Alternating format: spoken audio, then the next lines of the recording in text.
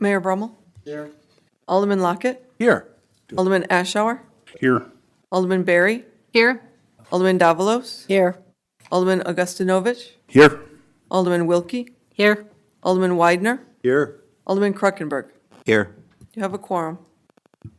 Thank you. Would everyone that can rise for the pledge?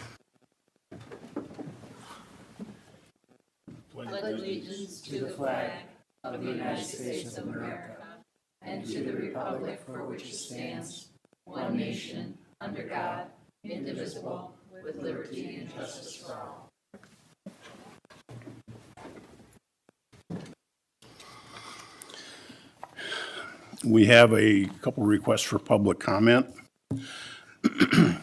Harlan Davis, would you like to?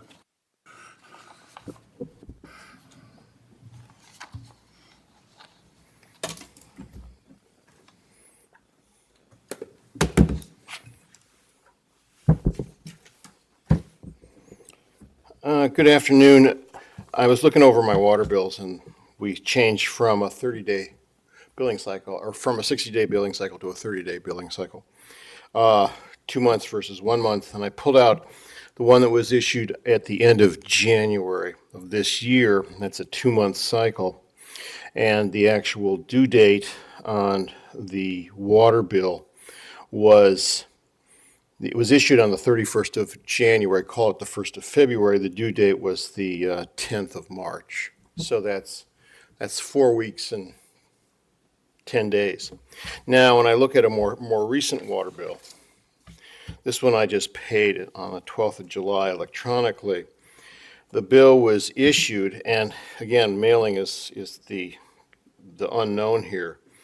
It was issued on the 10th of July, but due on the 25th. And then there's a note in here that says, allow 10 business days for mailing, which, except in the rarest circumstances, you won't have. It simply won't exist, even if you turn it around that day. And we kind of know what the mail is like these days. And so I am suggesting and therefore requesting that the billing cycle be extended into the next month, basically 1 month later. If it's issued on a particular day, in this case, the bill was issued on the 10th of July, it should be due the 10th of August. That would give time for those few people left that still pay by check to actually pay by check. That's what I've got to say. Thank you.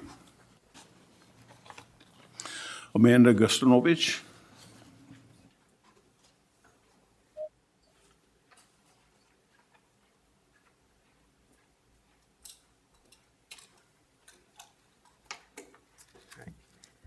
Thank you, Warrenville City of Council and Mayor Brummel, for allowing me to speak. My name is Amanda Augustinovich. I have been a resident of Warrenville since May 16, 1986, when my parents purchased a home here. In 2018, I was looking to purchase a home for my family, and the only place I wanted to buy was Warrenville. I love my town. I may not have as long of a history as other families, but I've chosen it as my home. But I am here to talk about our water bills. Now, before we get frustrated or upset, I assure you I'm not here to talk about the cost. I will and have publicly stated that the water itself is reasonable, and while the sewer is astronomical by my standards, Warrenville is not in the position to have its own sewage facility, and we go with the fees we're charged. Having said that, the billing and shutoff and now no occupancy issues is very concerning.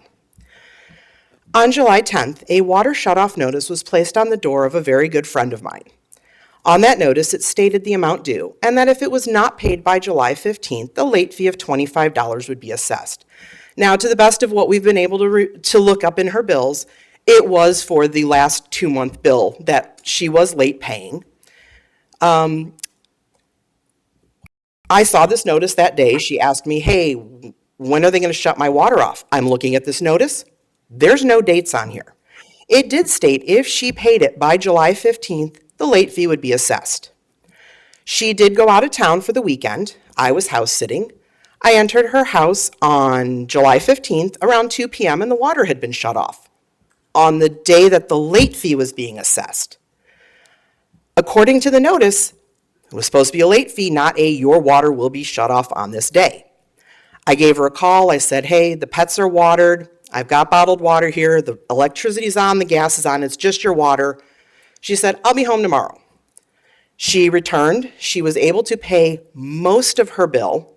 She was short a little. She had to wait till the next day to be able to access the rest of her money. She woke up the day on July 16th, and that afternoon went out to put out her garbage, and a no occupancy sticker was on her front door. When did we start putting no occupancy stickers on doors when there is not even a shut-off date given, and we're getting water shut out without an actual notice of the water being shut off?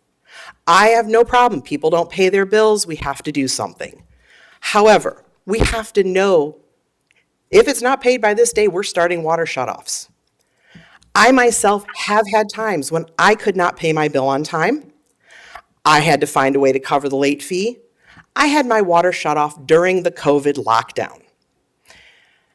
I don't want to argue I should have just paid my bill. It happens. Life happens. Jobs, kids. I was out of work at the time.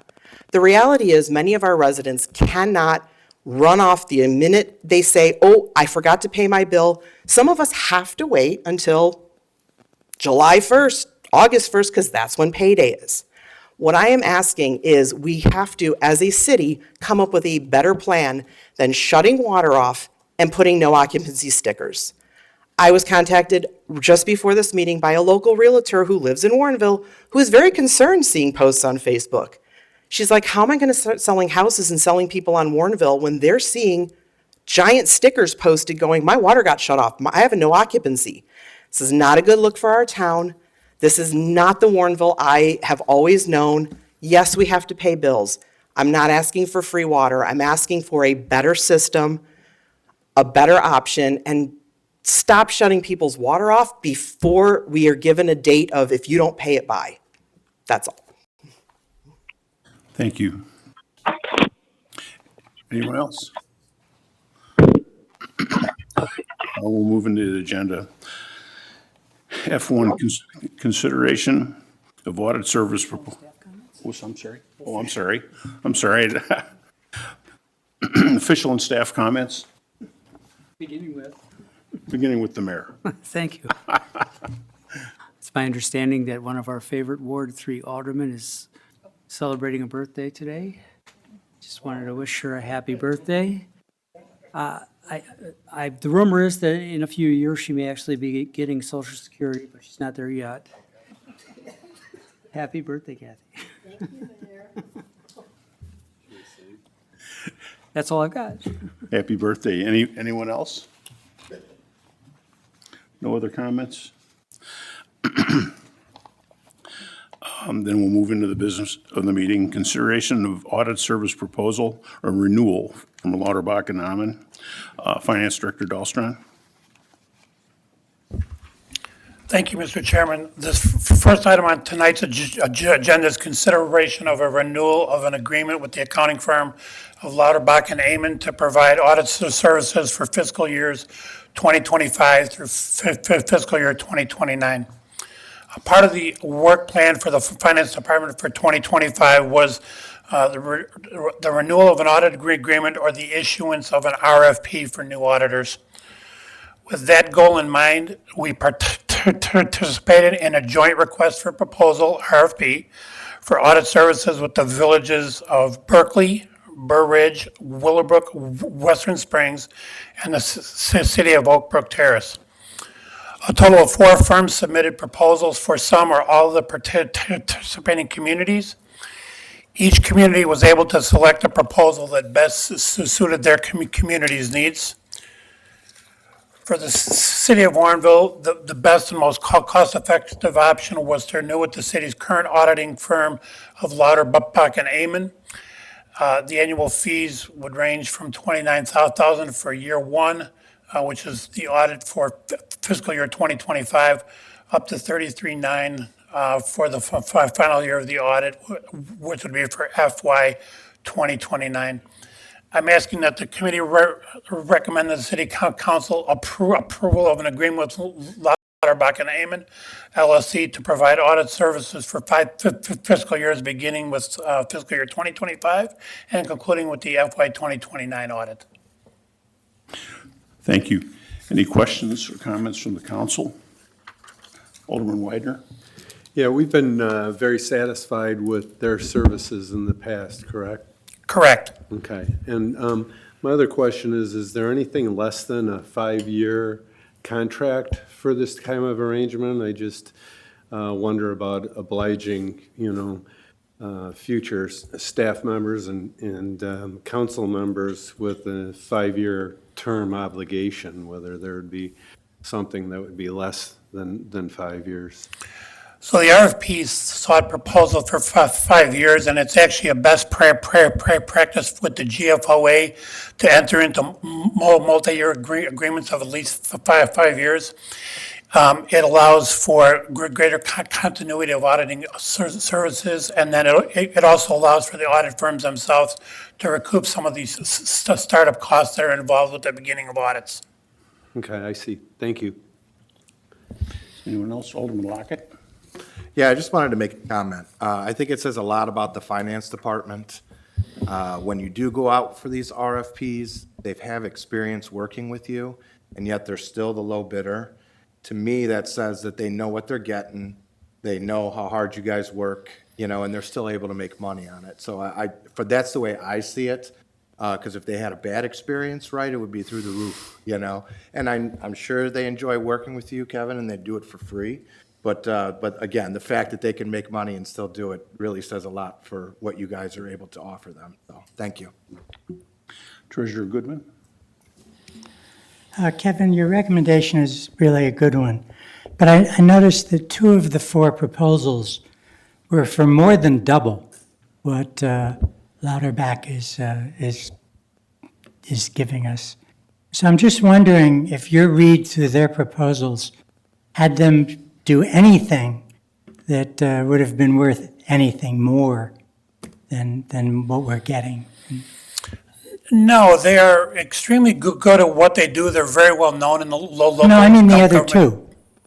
2. Beg your pardon? I'm asking about the other 2 proposals. Well, there were more than 2 other proposals for us. There wasn't anything that those other communities would do that the other firms wouldn't do anything that Lauterbach and Amon isn't already doing. Any other questions? We have a motion. Alderman Lockett? I'd like to make a motion to recommend the City Council approve an agreement with Lauterbach and Amon LLC to provide audit services for 5 fiscal years, beginning with fiscal year 2025 and concluding with the fiscal year 2029 audit. Second. We have a motion and a second. All in favor, say aye. Aye. Nays? Motion carries.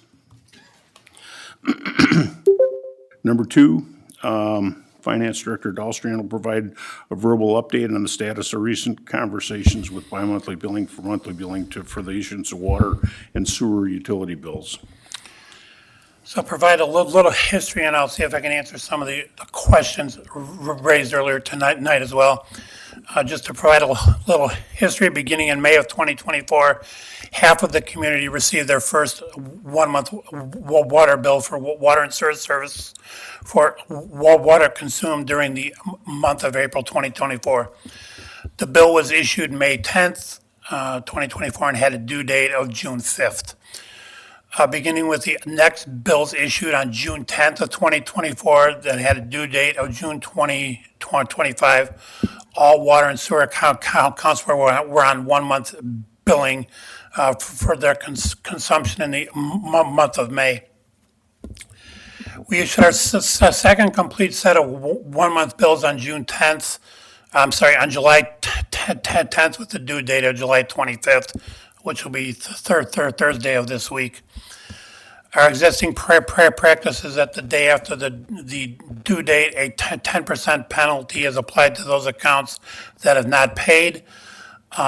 Those penalties are not applied until 2 things have occurred, which is the drop box at the Manning Street Manning Avenue entrance is emptied at 8 a.m., which means that anything deposited in there overnight is still considered on time, because obviously we have no way to know when they paid that bill overnight.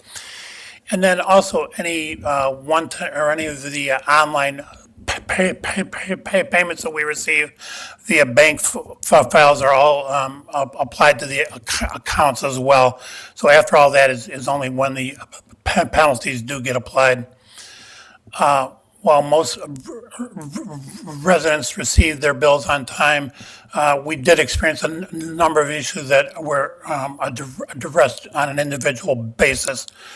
The first and biggest issue we had was, as a gentleman mentioned earlier, was that the problems with the United States Postal Service, quite frankly, should not take 17 days for a bill to get from here to somewhere in the city of Warrenville. The other thing they do is they're quite adept at returning mail to us as undeliverable, even though San near and Car Mission is still there and has been. The bill was returned to us as undeliverable. So those are the few of the things that we experience as far as mail delivery. Other individuals admitted that they simply did not read their bills and did not know when the bill was due. That happens to all of us. Everybody will find things that they don't read. We also have a number of businesses that use bill paying services.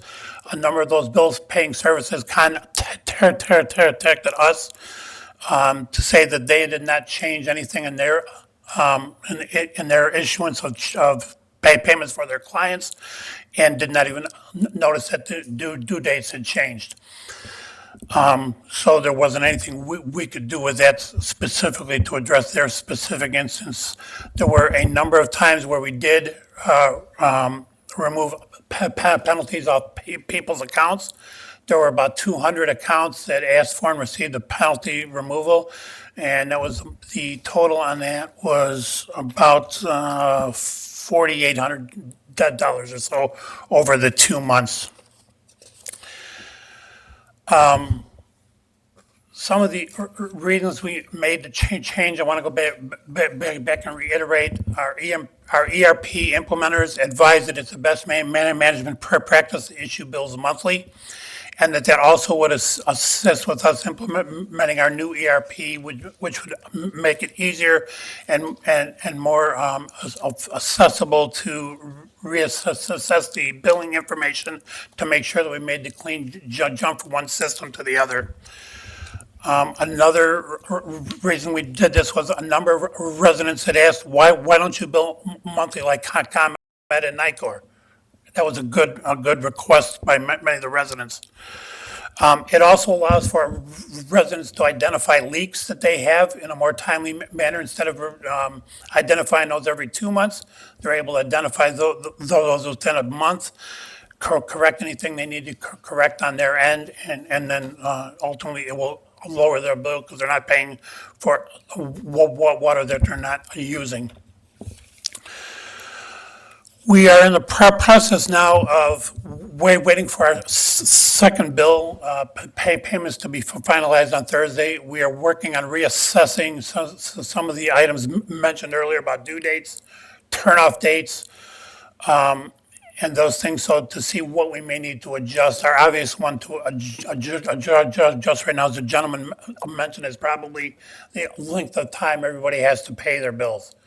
Right now, we're leaning toward a correction of 21 days. That might need to be even more than that with how slow the Postal Service has been.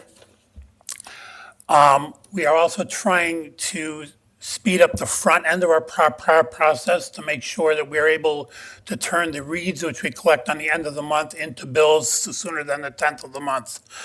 There are some issues right now that are precluding us from doing that. A number of accounts have had to be manually entered as opposed to an electronic file. It's upwards of 150 or so every month. That takes time to do those. They're not easy to do. So we are also working with the ERP implementers to help us create a file that automatically reads them for us. Right now, when we collect a read on the end of the month. If it's on a weekend, we have to have an employee here to actually do that. So we're about to implement an automatic script file that will read that for us. And in theory, should make us, make it easier to achieve all of the reads we need on time. A few more notes there, about 5,240 accounts. About 20% of those are on direct debit, which means that their payment is taken out automatically on the due date. So these due dates have not exactly affected them. There are more people signing up for those every day. Go back and mention there were 199 accounts that we removed, a total of $4,814 in penalties on in deference to the issues with the due dates. It was also mentioned earlier that the tagging of properties as uninhabitable is new.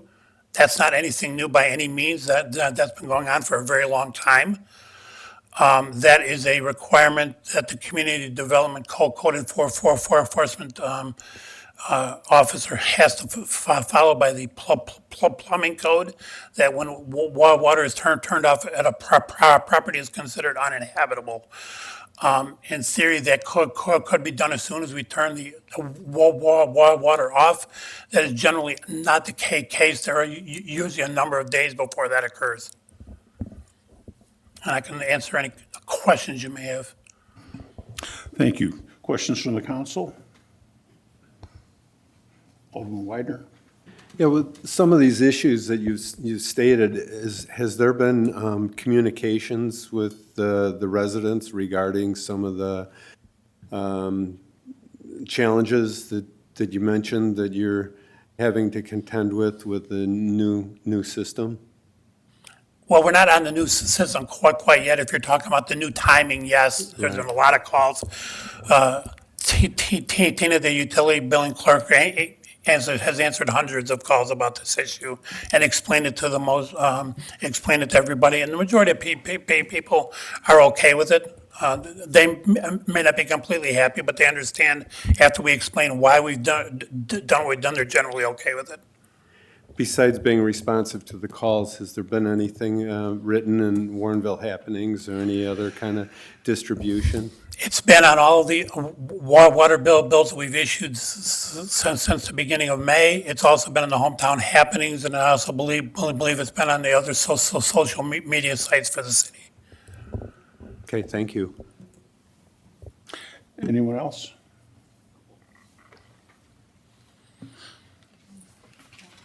Alderman Augustinowicz?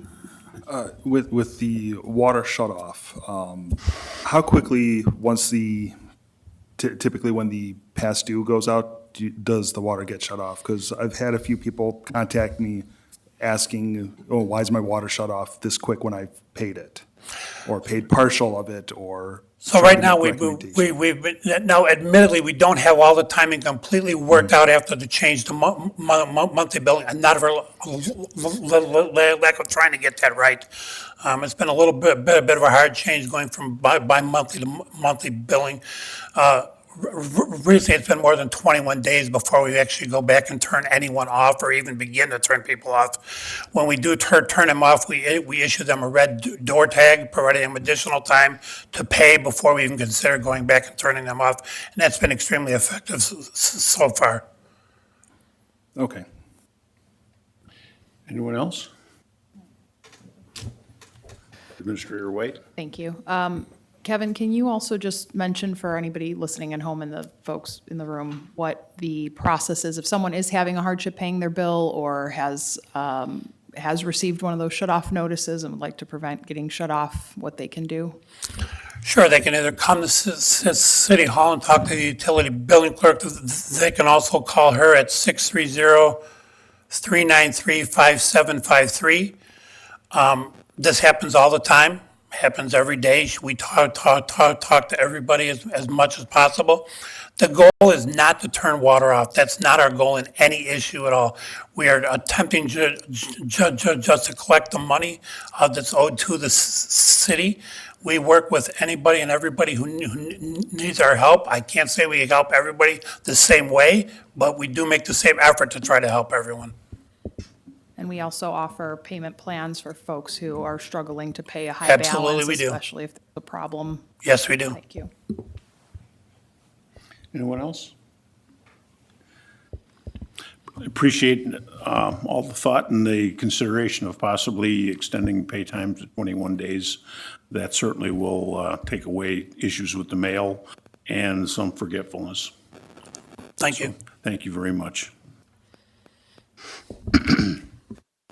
Item number 3, informational update on the 2024 Citizens Police Academy. Chief Bonilla.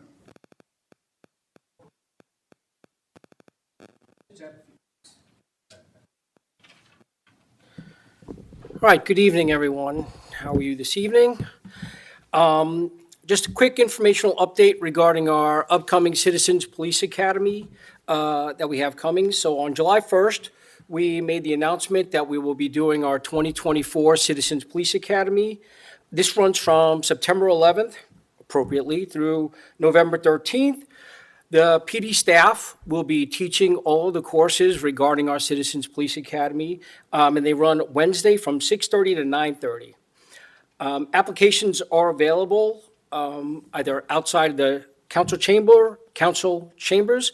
They can pick them up at the police department. We have them available at our National Night Out event, our Summer Days event, and they can also be available online as well.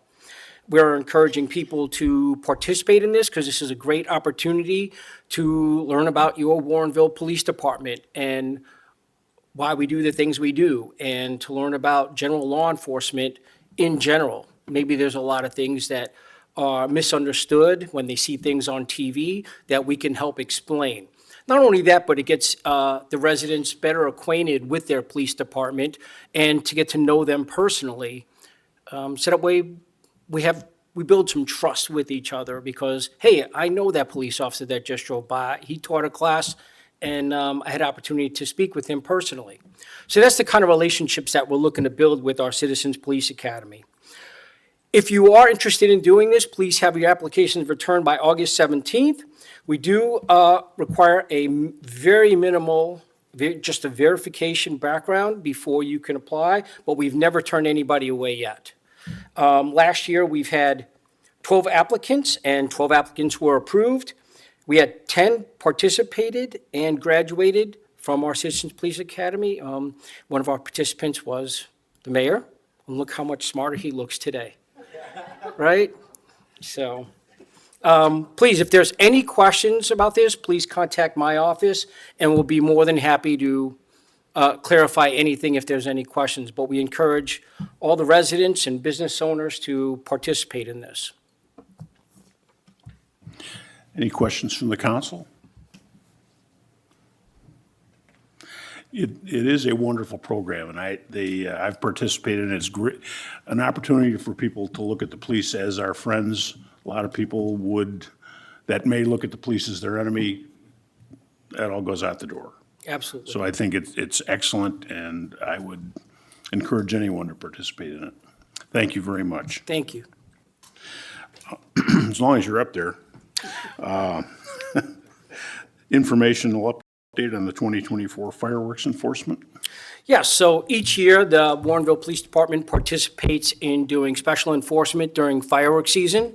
This generally starts about June 1st and runs through most of the summer, since we still hear fireworks going off here and there. What we do is we start putting out information to our residents about the use of fireworks and them being illegal, and that we do prosecute for those if we find those. So we put that out on our website, we put it out in our newsletter, we put it out on the digital board out front to make sure everybody knows that that will not be tolerated here.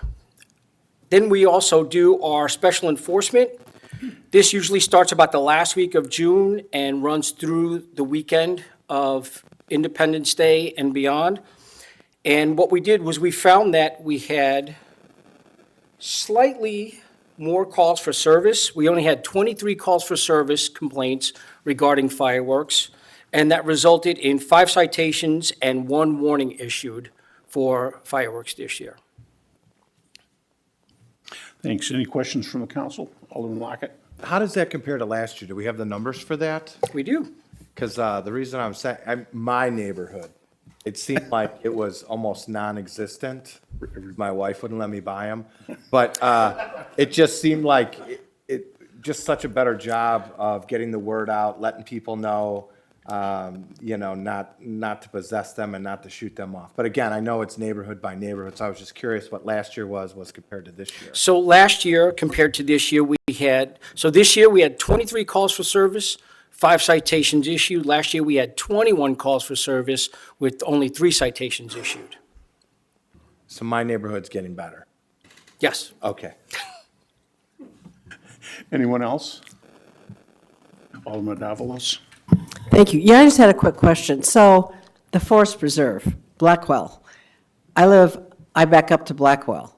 And sometimes I'm not saying that's where the noise is coming from, because I'm also close to Wheaton and West Chicago, it's all right there. But in listening to you, I'm just thinking, gosh, I can't imagine they're permitting that stuff. So they must have rules and regs about fireworks in a forest preserve, but I don't actually know.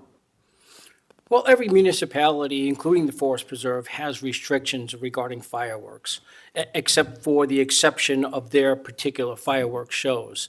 As far as their enforcement, I couldn't say how they would even enforce something within the Forest Preserve. Obviously, sometimes it's a little bit difficult to get in there. And Oh, yeah. by the yeah, time yeah. you're in there, the offenders are gone, so. Right. I just am taking the opportunity to ask you. You answered my question. Thank you. Anyone else? Thank you. Thank you.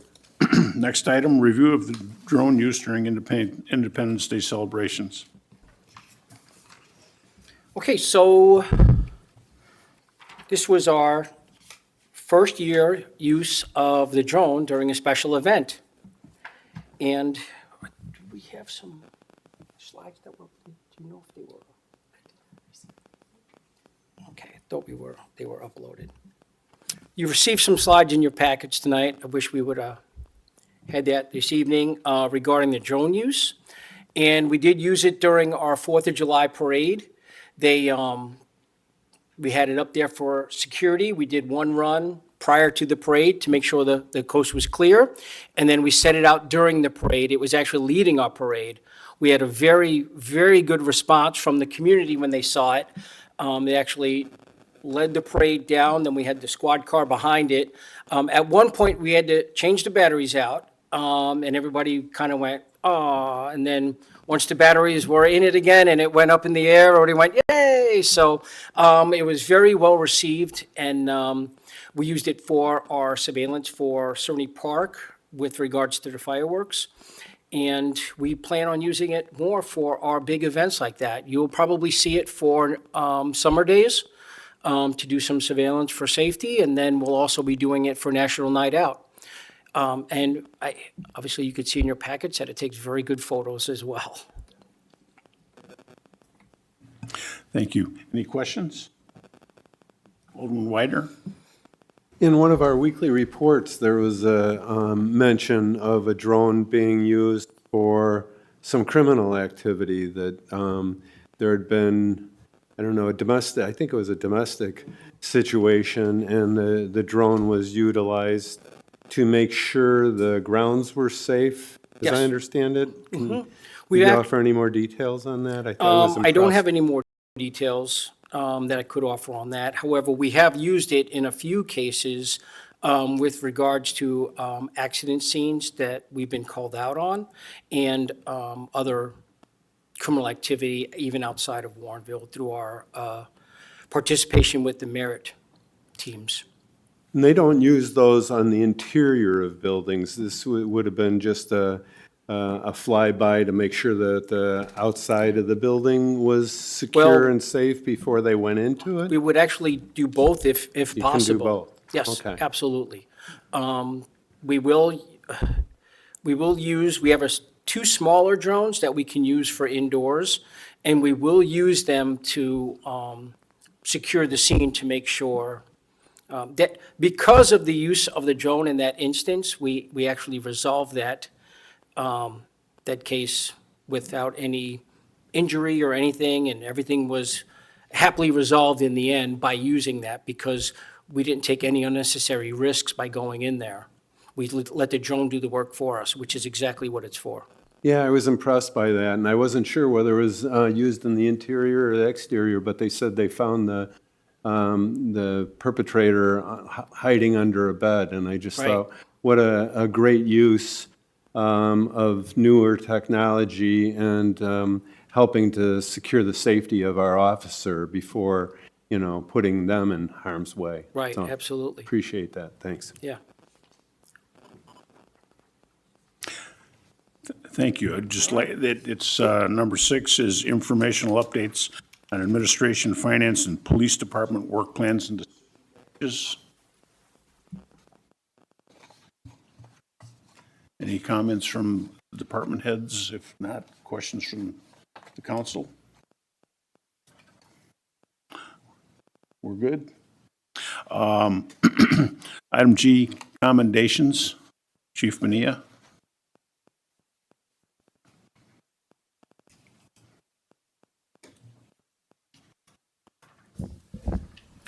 So we have two commendations this evening that I'd like to mention. One was from the city of Elmhurst. So I'll just go ahead and read this so that way we have a good perspective of what occurred. So in the early morning hours on Wednesday, May 22nd, 2024, Elmhurst Police Department responded to Portillo's on Illinois Route 83 for the report of a domestic-related incident involving a man armed with a knife inside the restaurant. Upon arrival, officers learned that the suspect was part of a cleaning crew with two women, one of whom was his domestic partner. He had attacked his partner with two large knives, but both women were able to escape and call 911. When officers were unable to make contact with the male suspect, DuPage Metropolitan Emergency Response and Investigations Team, Merit, was called in to assist at the scene. Upon entry to the restaurant, officers located the suspect suffering from severe self-inflicted injuries. He was transported by paramedics to an area hospital, and charges were pending in relation to the assault. The City of Elmhurst Chief of Police wanted to thank us personally for the assistance provided by the Warrenville Police Merit members, Officer Seaman and Detective Sergeant Downey, in this incident. He wanted to convey his sincere appreciation to our courageous and dedicated efforts for answering the call-out, which ultimately led to the successful apprehension of this offender. Excellent. We have no closed session. Oop, I have one Oops, more, I'm I'm sorry. sorry. Oh, I'm sorry. I didn't mean to cut you off. That's okay. All right, our second one was from Jake Fuller, or the Community Relations Officer from West Chicago Police Department. Officer Fuller wanted to personally thank us for our attendance and participation in this year's Touch a Truck event, which they held. The weather didn't cooperate very well, but he knew that it meant a bunch to all the people that showed up to this event, that we were on site having fun and making some dreams come true. He wanted to thank us and Animal Control Officer Josh Perry for participating in that Touch a Truck event. Real quickly, speaking of ACO Josh Perry, he also participated in the summer camp events at the Park District, and he actually gave tours to almost 160 young people at the Park District. So, and talked to them about animal control and allowed them to see his truck. And so he's been doing a really good job for our community relations. And I just wanted to say that real quickly, associated with this. And from them, we received a lot of thank you letters and some future potential artists in here that that wanted to thank us for allowing them to come in and take a tour and and see what ACO Perry really does for our police department. So I wanted to just do a shout out for that. So thank you very much. Very nice, thank you. I'll try it again. We have no closed session. Can I have a motion to adjourn? Alderman Lockett? Reminder, no meeting next week in honor of Mayor Brummel's birthday, I think is next Monday. So we got a week to plan out the gifts. With that, I'd like to make a motion to adjourn. Second. All in favor? Aye. Motion carries. Meeting's adjourned. Thank you. This conference is no longer being recorded.